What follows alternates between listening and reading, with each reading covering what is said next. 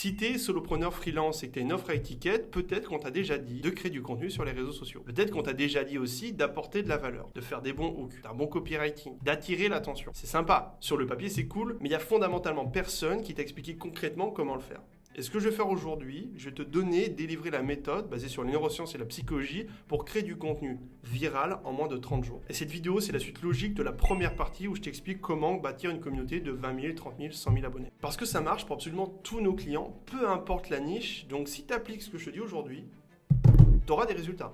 Par exemple, Alexandre, il est expert en automatisation sur Make avec de l'IA. Quand il nous a rejoint, il faisait des scores ridicules sur LinkedIn. Vraiment, c'était les abysses. Et au final, tranquillement, en l'espace de, 30 jours, il avait ce genre de résultats. Et c'est pas un cas isolé, c'est pas un truc pour dire, t'as vu, j'ai des résultats avec un gros client, on se débrouille bien. Non, ça marche absolument avec tout le monde, peu importe la niche. Des experts en page de vente, des copywriters, des recruteurs RH, experts en IA automatisation, dans la création de contenu, la création de logos, hypnothérapeute, ça marche aussi pour moi, regarde les scores que je fais. Ça marche aussi pour des vidéos, tu vois, j'ai des vidéos qui ont fait 2,8 millions de vues. Tout ce que je te présente là aujourd'hui, c'est pour avoir ces mêmes résultats. Et pour que tu comprennes comment ça fonctionne, on va parler de la voie ventrale et de la voie dorsale du cerveau. On va pas faire un cours de biologie, ni de neurosciences, c'est juste qu'il faut que tu comprennes que lorsqu'une information arrive à ton cerveau, elle va passer par deux voies. La voie dorsale qui concerne plutôt l'attention. Et là, ce que je fais, c'est vraiment réducteur au possible, d'accord? C'est beaucoup plus compliqué que ça, mais c'est l'histoire que tu comprennes. Et la voie ventrale, c'est le quoi, le comment, le pourquoi je dois rester sur le contenu. Et donc, pour faire du contenu efficace, il faut à la fois être performant dans cette voie-là et cette voie-là. Et ça passe par différentes stratégies. Ton contenu va être toujours structuré de la même manière. Ça, tu l'as déjà entendu plein de fois.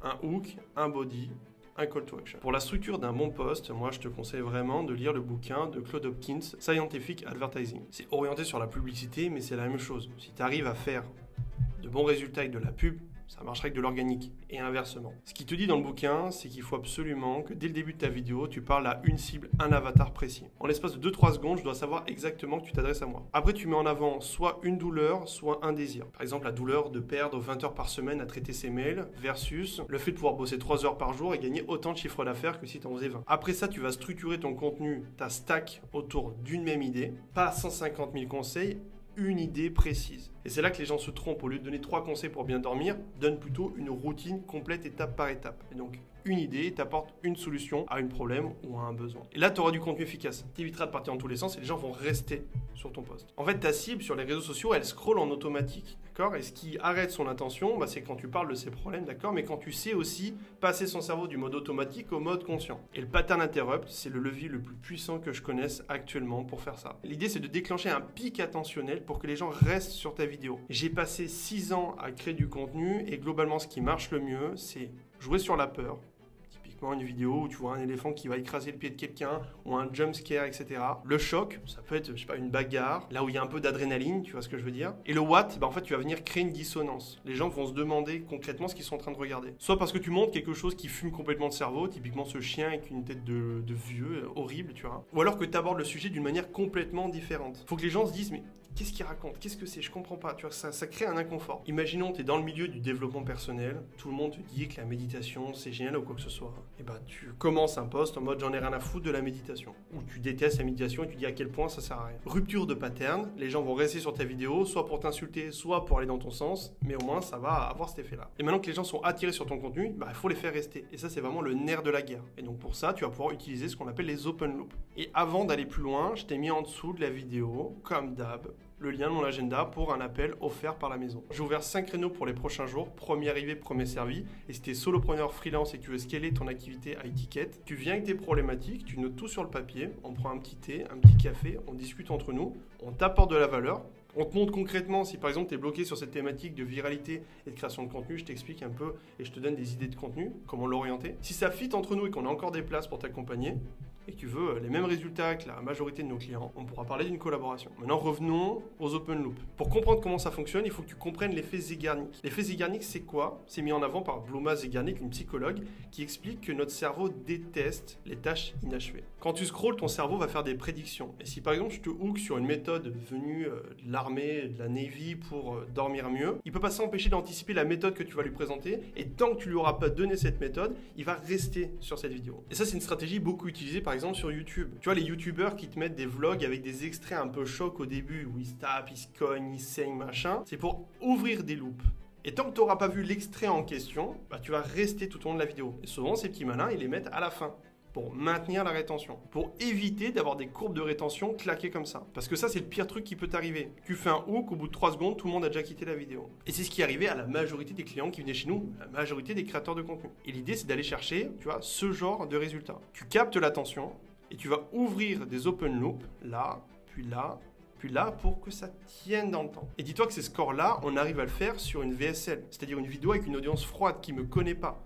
C'est des scores débiles mentales. 50% de rétention sur une vidéo comme ça, qui dure 4-5 minutes, c'est débile. Et si tu appliques les open loops, bah, c'est assez facile en fait. Imaginons que tu es expert dans l'IA et tu utilises un outil monstrueux qui vient de sortir pour créer du contenu ou peu importe. Les gens vont rester tout au long de la vidéo jusqu'à temps que tu parles de l'outil. Et dès que tu fermes la boucle, l'idée c'est d'en rouvrir une autre si tu veux prolonger la rétention sur ta vidéo. Par exemple, tu donnes l'outil, tu dis mais il y en a un encore plus puissant, j'ai découvert il y a pas longtemps, et bam, du coup, tu augmentes la rétention en mode ah putain, bah vas-y, je reste, tu vois. Et le dernier levier, c'est la science. En sciences cognitives, c'est ta capacité à te démarquer parmi des stimuli similaires. Sur cette image, en 2 secondes, tu détectes le bâtonnet orienté différemment. Pourtant, il a la même couleur, la même taille, il change juste un petit peu et tout de suite, tu le remarques. Et ben dans ta création de contenu, il faut que tu crées cette science, cet élément de différenciation. Et pour ça, ça passe par l'affirmation de ta personnalité, d'avoir ton propre vocabulaire, ton propre phrasé. Par exemple, pour moi, lorsque je te dis je vais te régaler, c'est la régalade, c'est du croustillant, bah, c'est mon vocabulaire, mon phrasé, ma personnalité. Je te parle tel que je suis là, si tu me rencontres dans la vie, bah, je te parlerai comme ça, tu vois. Donc, soit tu vas m'aimer, soit tu vas me détester,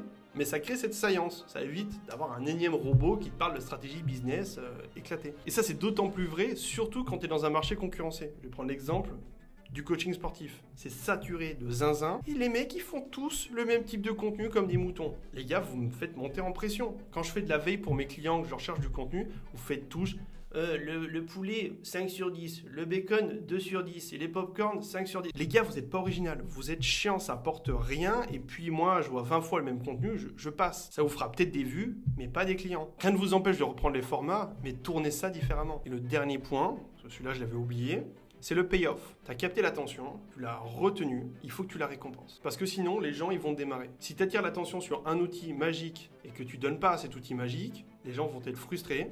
Et ils vont se barrer de ta vidéo, ils vont plus jamais revenir. Moi, ça marche souvent quand je vois des vidéos de youtubeurs comme ça en mode oui, combien j'ai gagné avec mon entreprise cette année, et que les mecs à la fin ça bégaye parce qu'il dit qu'ils se payent en frais de société, en dividendes, je sais pas quoi, ils te sortent des petits chiffres hors sol. Il faut imaginer que le temps que les gens passent sur ta vidéo, c'est un coût attentionnel. C'est comme si tu leur prenais de l'argent. Tu les attires avec quelque chose de croustillant.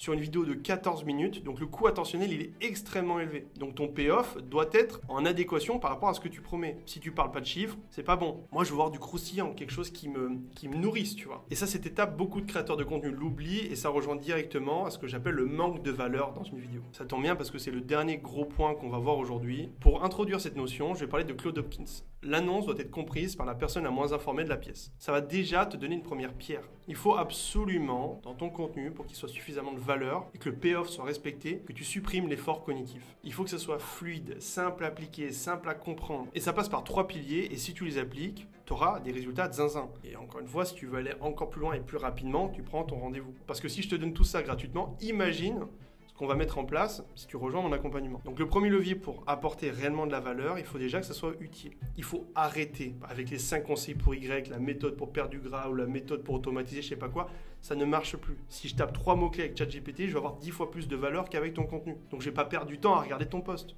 C'est logique. Moi, ce que je veux, c'est de la valeur perçue. Il faut que ça soit palpable. Soit tu zoomes à fond sur un conseil pour le rendre ultra actionnable. Par exemple, si je te parle de l'open loop, je t'explique étape par étape comment incorporer l'open loop dans ta création de contenu. Ou alors, je joue sur la valeur perçue. Je te donne 55 hooks à copier-coller pour faire du contenu viral. Ou des frameworks de prospection.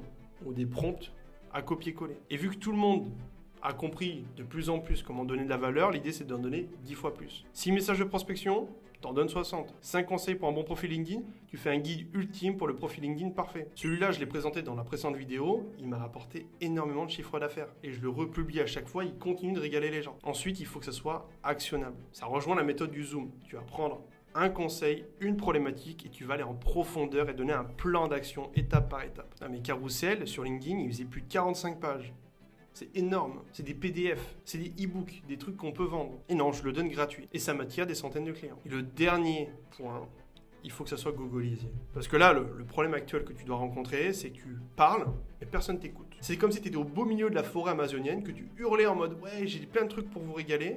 il n'y a personne. Tu entends juste ton écho. Parce que le problème, c'est que ton discours est trop technique. Et tu vas attirer avec du discours technique des experts qui font comme toi, donc tes concurrents directement. Donc tu vas nourrir leur algorithme, leur donner des idées, et si eux, ils arrivent à gogoliser le contenu, le rendre plus actionnable, ils vont pomper ton contenu pour en faire quelque chose de vraiment efficace pour attirer des clients. Ça passe notamment par le vocabulaire. Au lieu de dire, par exemple, catalyser vos performances, ça veut tout et rien dire. Catalyser, booster, optimiser, c'est du jargon qui veut rien dire. Parle de augmenter vos taux de conversion de 20%. Là, c'est plus parlant, plus péchu. Si tu es développeur web, tu as plein de termes ultra techniques dans ta besace, bah tu les sors pas. Tu fais en sorte que ta cible, chef d'entreprise, des mecs comme moi ou peu importe, comprennent ce que tu dis. Parce que moi, je suis pas développeur. Donc si tu me parles de full stack, de machin, etc., de l'LM, tout, je comprends rien. Et une fois que tu as maîtrisé tous ces points-là, tu feras du contenu viral qui va t'attirer des leads ultra qualifiés. Encore une fois, tu as le lien de mon agenda en dessous de la vidéo. On parle de tes problématiques, on t'apporte de la valeur et on va pour la suite. Bosse bien, à très vite. Ciao, ciao.